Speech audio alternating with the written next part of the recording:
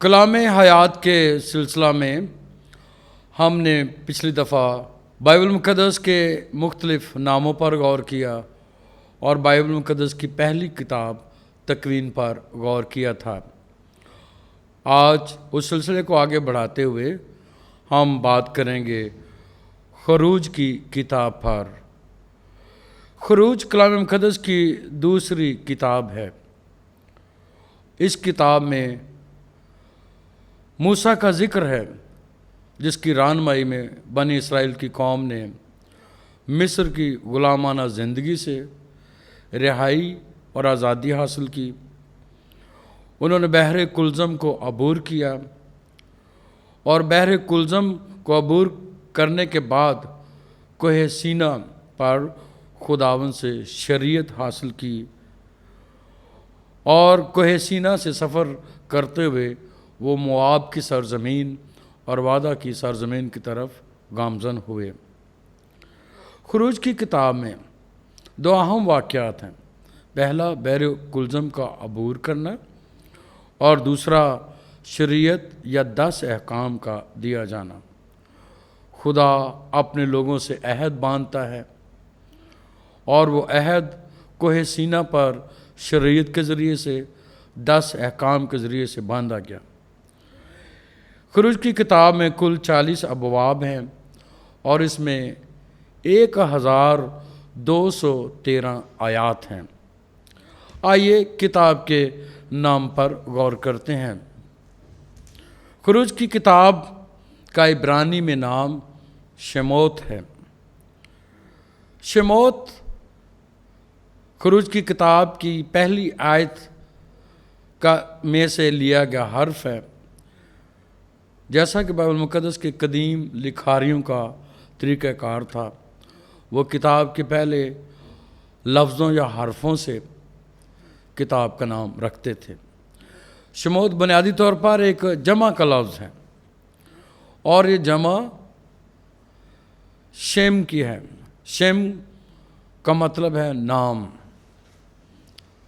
یعنی شموت شیم کی جمع ہے، جیسا کہ اس کتاب کے پہلے باب کی پہلی آیت میں لکھا ہے، اسرائیل کے بیٹوں کے نام جو مصر میں آئے یہ ہیں۔ خروج 1 باب 1 آیت۔ پس شموت نام کے لیے استعمال ہوا ہے، یعنی اسرائیل کے بیٹوں کے نام۔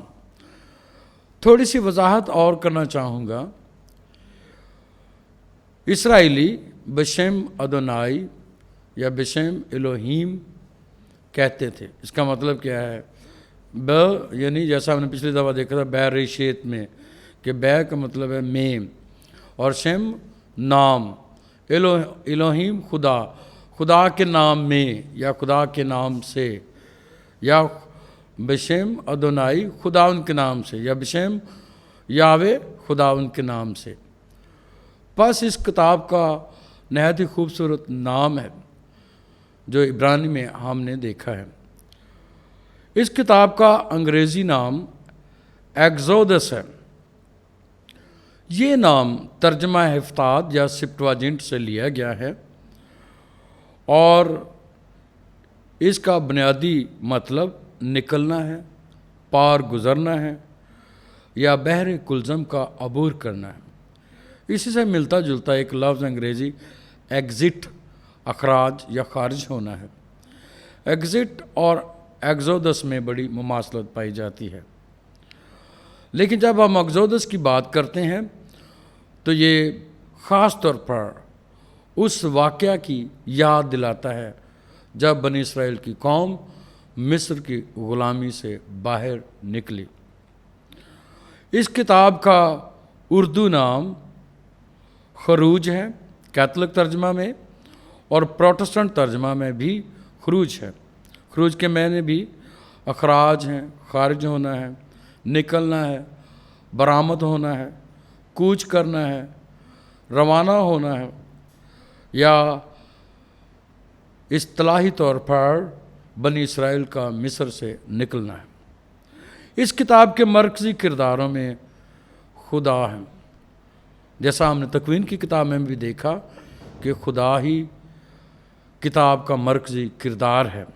اس کتاب کا بھی مرکزی محور اور مرکز خدا ہے۔ خدا کے ساتھ موسیٰ ہیں، ہارون ہیں، مریم ہے، فرعون ہے، بنی اسرائیل قوم ہے، بنی اسرائیل کے قوم کے سردار ہیں، فرعون اور اس کے درباری ہیں۔ یہ سب اس کتاب کے مرکزی کردار ہیں اور ساری کتاب انہی کرداروں کے ارد گرد گھومتی ہے۔ خروج کی کتاب میں اہم موضوعات عبرانیوں یا اسرائیلیوں کا غلامی سے آزاد ہونا ہے، بنی اسرائیل کا کوہ سینا تک سفر کرنا ہے، کوہ سینا پر خدا کے ساتھ عہد باندھنا ہے، اور خیمہ اجتماع بنانے کا طریقہ کار ہے جو خدا موسیٰ کو دیتا ہے، اور خیمہ اجتماع میں کہانت کے فرائض سر انجام دینے کے طور طریقے ہیں۔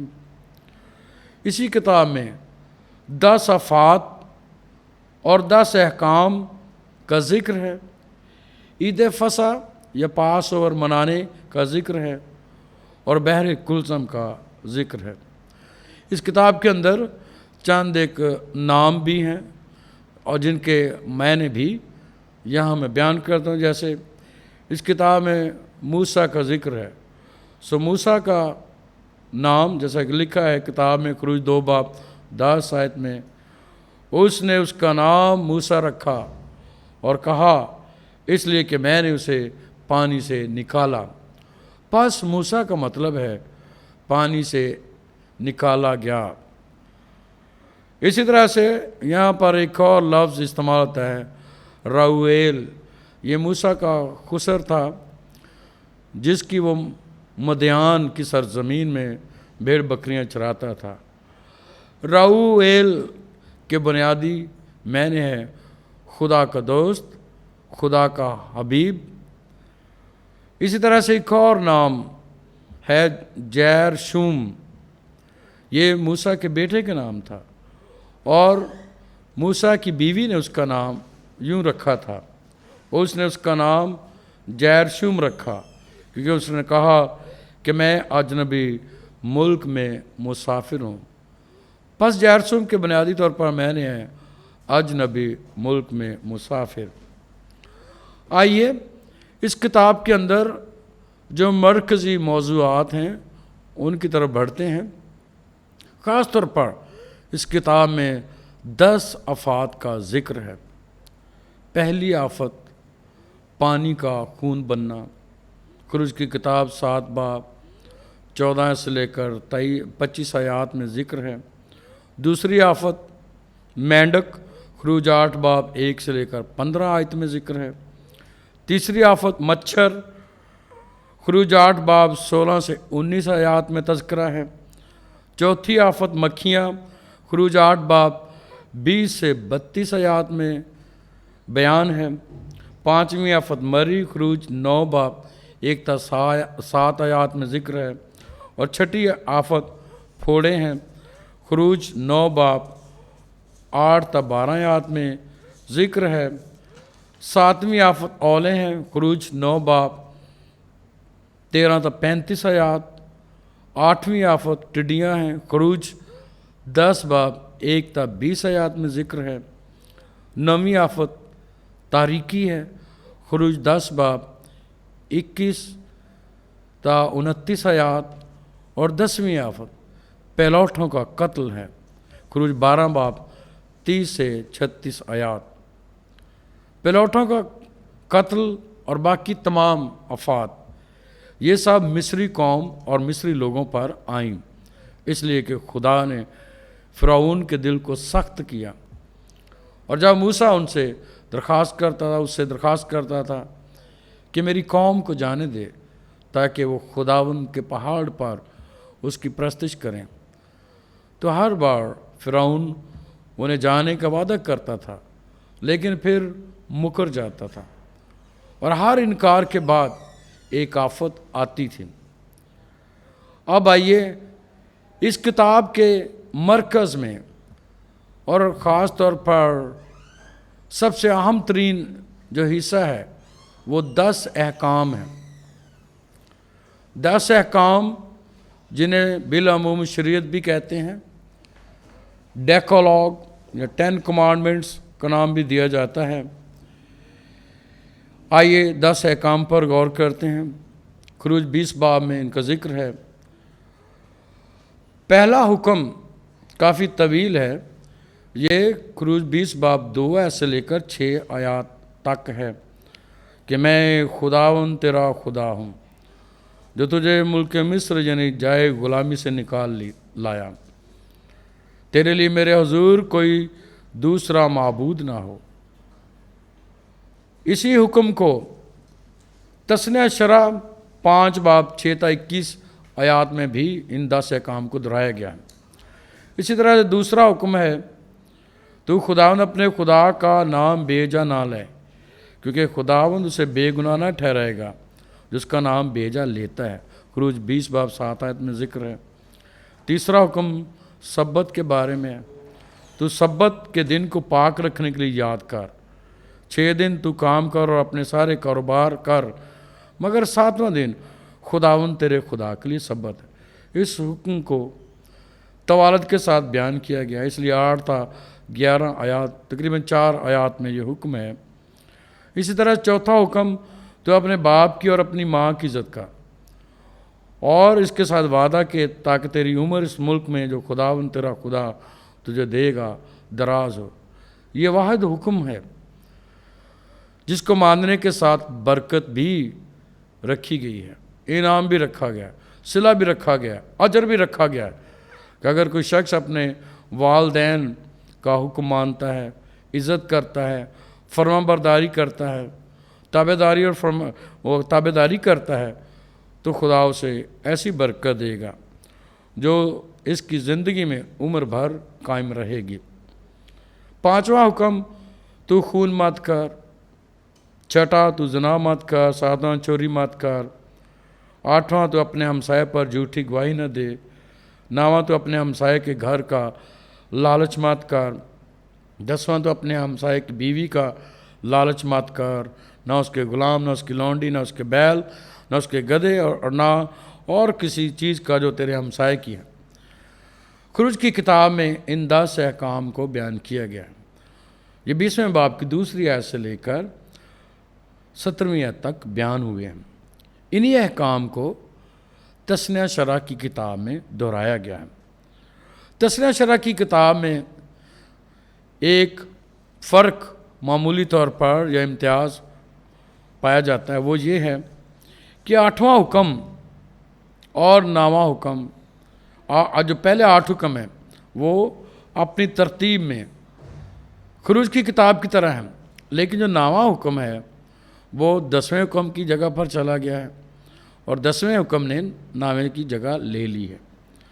اس لیے تو اپنے ہمسائے کی بیوی کا لالچ مت کر، یہ اوپر آ گیا ہے، جیسا خروج میں یہ 10ویں پر تھا، تثنیہ شرح میں یہ 9ویں حکم کی جگہ پر آ گیا ہے۔ پاک ماں کیتھولک کلیسیا نے روزمرہ کی دعاؤں میں ان احکام کو ایک ترتیب سے پیش کیا ہے، اور یہ ترتیب تثنیہ شرح کی کتاب کے مطابق ہے۔ اکثر لوگ سوال کرتے ہیں اور پوچھتے ہیں، جرے اور بحث کرتے ہیں، تکرار کرتے ہیں کہ 10 احکام جو کلیسیا نے بیان کیے ہیں ان کا تذکرہ بائبل میں اس طرح سے نہیں ہے، کلام مقدس انہیں اس طرح سے بیان نہیں کرتا ہے۔ میں انہیں یہ کہنا چاہوں گا کہ تثنیہ شرح کی کتاب اور خروج کی کتاب میں ان احکام کو بڑی تفصیل کے ساتھ، ڈیٹیل کے ساتھ بیان کیا گیا ہے، لیکن کلیسیا نے ہر حکم کو اختصار کے ساتھ مختصر طور پر پیش کیا ہے۔ جیسے پہلے حکم کو بیان کیا ہے، ایک خدا کو ماننا اور فقط اس کی بندگی اور اسی کو سجدہ کرنا۔ یہ پہلا حکم ہے جو خروج کی کتاب میں تقریباً 5 آیات پر مشتمل ہے، اور کلیسیا نے اسے ایک جملے میں سمیٹ دیا ہے۔ اسی طرح سے خداوند کا نام بے فائدہ نہ لینا، اس حکم کا بھی صرف پہلا حصہ خروج میں جو آیا ہے استعمال کیا گیا ہے۔ خدا کا دن پاک کر رکھنا تیسرا حکم، اور اس میں بدی محنت کا کام نہ کرنا۔ اب اس حکم کا بھی پہلا حصہ لیا گیا ہے، لیکن دوسرے حصے کو اختصار سے پیش کیا گیا ہے، بدی محنت کا کام نہ کرنا۔ وہاں پر لکھا ہے کہ نہ تیرا بیٹا، نہ تیری بیٹی، نہ تیرا غلام، نہ تیری لونڈی کام کرے، اور یہاں پر اس کو مختصر طور پر لکھا ہے کہ اس میں بدی محنت کا کام نہ کرنا۔ چوتھا، ماں باپ کی عزت کرنا کلیسیا نے پیش کیا ہے، لیکن اس کے ساتھ جو وعدہ کیا گیا تھا اس وعدے کو بیان نہیں کیا گیا۔ خون نہ کرنا بیان اسی طرح سے ہے، زنا نہ کرنا، چوری نہ کرنا، جھوٹی گواہی نہ دینا، بیگانی عورت کی آرزو نہ کرنا، بیگانے مال کا لالچ نہ کرنا۔ کلیسیا نے 10 احکام کی ترتیب کو تثنیہ شرع کی کتاب کے بالکل عین مطابق پیش کیا ہے، لیکن چند ایک احکام کو مختصر طور پر پیش کیا ہے۔ آئیے اب خروج کی کتاب کو سوال و جواب یا تاریخ اور تصنیف کی نظر سے دیکھیں۔ سب سے پہلے یہ سوال آتا ہے، یہ کتاب کس نے لکھی یا اس کتاب کا مصنف کون ہے؟ تو یہودی اور مسیحی روایات کے مطابق اسفار خمسہ یا توریت یا تورا کو لکھنے والا موسیٰ تھا، پس خروج کی کتاب کا مصنف بھی موسیٰ ہے۔ یہ کتاب کن لوگوں کے لیے لکھی گئی؟ ایک سوال ہے، اور اس کا جواب کہ خروج کی کتاب بنی اسرائیل کی قوم کے لیے لکھی گئی۔ اور یہ کیوں لکھی گئی؟ کیونکہ اس میں ان کی مصر سے رہائی کی تاریخ موجود ہے، اور خدا کا ان کے ساتھ تعلق اور رشتہ بیان کیا گیا، اور خدا کے ان کے ساتھ وعدوں کا تذکرہ ہے کہ خدا کس طرح سے اپنے زور اور بازو سے انہیں چھڑاتا ہے۔ یہ کتاب کہاں لکھی گئی؟ یہ کتاب اس وقت لکھی گئی جب بنی اسرائیل 40 سالہ سفر بیابان میں کر رہی تھی۔ یہ کتاب کب لکھی گئی؟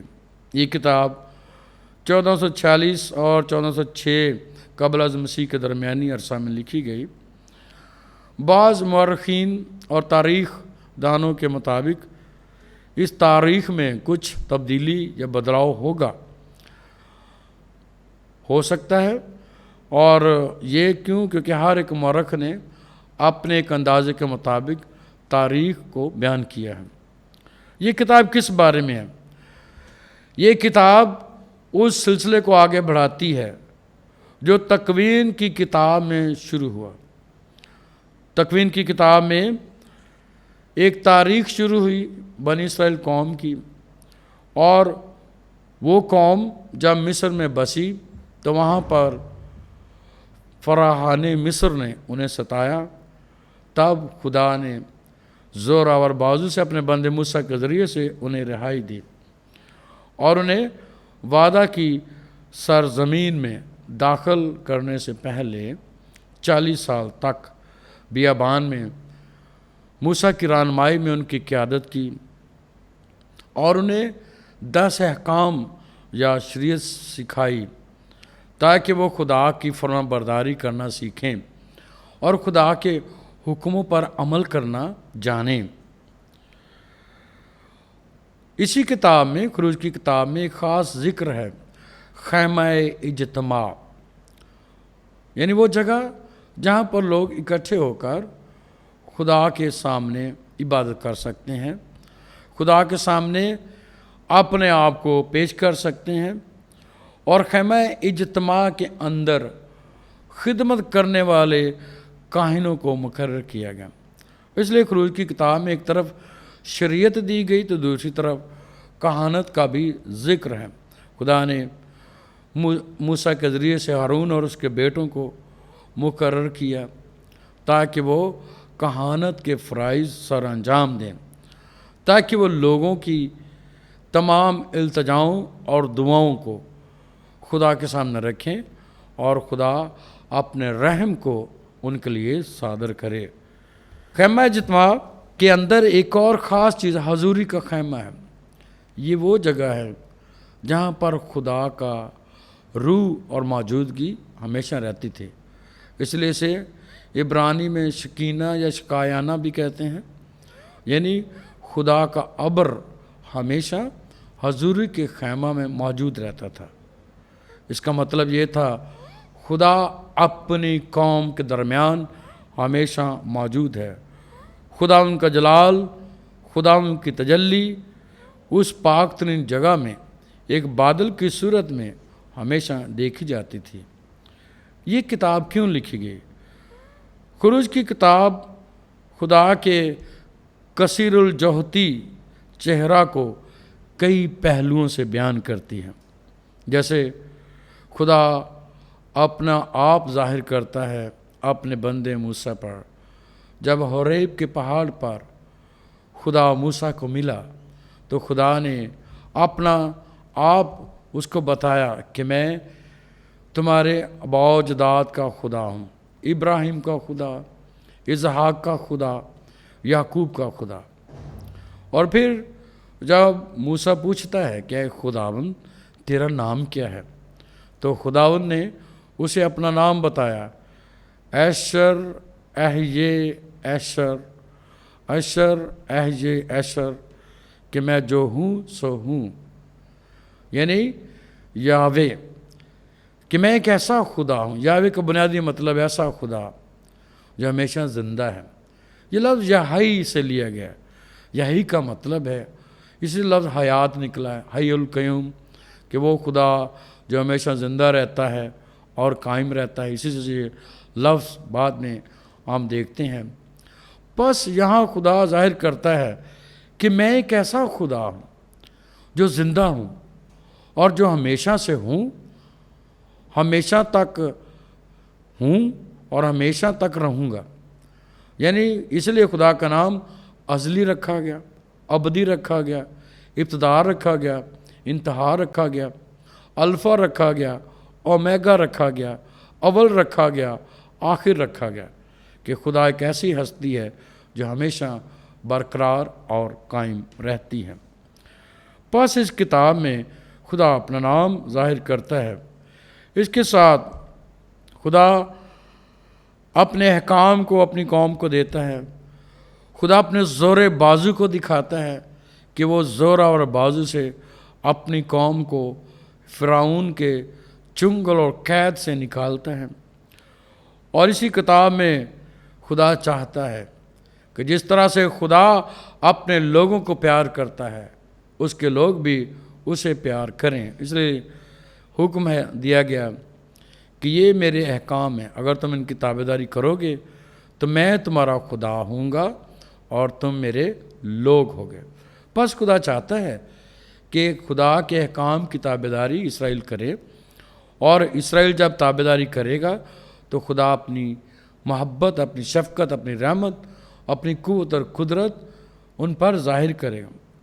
اگر ہم آج دیکھیں تو جس طرح سے بنی اسرائیل نے خدا کی تابعداری کی اور خدا سے برکت حاصل کی، اسی طرح سے جب ہم بھی خدا کی تابعداری کریں گے، آج کے دور میں خدا کی شریعت اور احکام کو مانیں گے، خدا کی فرما برداری اور تابعداری کریں گے، تو خدا ہم پر اپنی شفقت، اپنی محبت، اپنی نجات، اپنی قوت، اپنی قدرت کے دروازے کھولے گا، اور خدا اپنا آپ ہم پر ظاہر کرے گا۔